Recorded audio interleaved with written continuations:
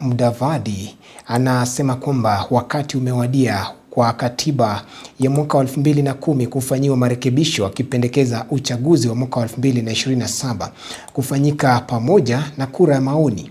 Mudavadi amebaini kuwa miaka 15 ama 15 imepita tangu kuasisiwa kwa katiba hiyo, na kama anavyoripoti Isaac Musyoka, Mudavadi ameonya kwamba huenda uchaguzi mkuu ujao ukafutiliwa mbali iwapo masuala mbalimbali ya kikatiba na kisheria hayatashughulikiwa. Uchaguzi mkuu wa mwaka 2027 unapozidi kukaribia, mkuu wa mawaziri Musalia Mudavadi amependekeza uchaguzi huo kufanyika pamoja na kura ya maoni, akisema ni wakati wa katiba ya mwaka 2010 kufanyiwa marekebisho. There is a beckoning reality that 2027 is a referendum moment. Allow me to state, without fear of contradiction, that there is an imperative need for a constitutional review 15 years after the promulgation of the 2010 Katiba. Akitoa mfano wa mipaka ya maeneo bunge nchini kutotathminiwa mwaka 2024 jinsi katiba imeelekeza, Mudavadi amebaini kuwa matendo haya ya kukiuka katiba yameliweka taifa la Kenya kwenye hatari ya kubatilishwa kwa uchaguzi mkuu wa mwaka 2027 hata kabla hujafanyika. We are now in a period of constitutional non-compliance. As a country, we are staring at a massive legal crisis where the 2027 election could be nullified before it even begins.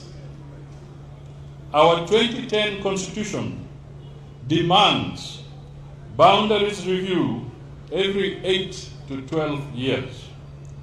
Our deadline was March 6, 2024.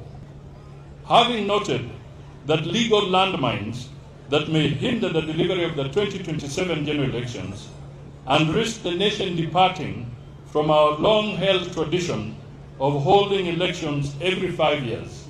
Akizungumza katika sherehe za tamaduni za Longoli, kaunti ya Vihiga, Mudavadi amesema mgao wa maendeleo katika maeneo bunge almaarufu CDF unafaa kuhalalishwa, seneti kupewa mgao wa uangalizi wa shughuli za kaunti na kuwepo kwa mgao wa maendeleo katika wadi.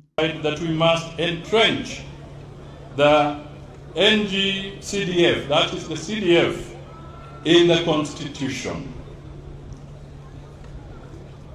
So courts can never again threaten the bursaries of our children.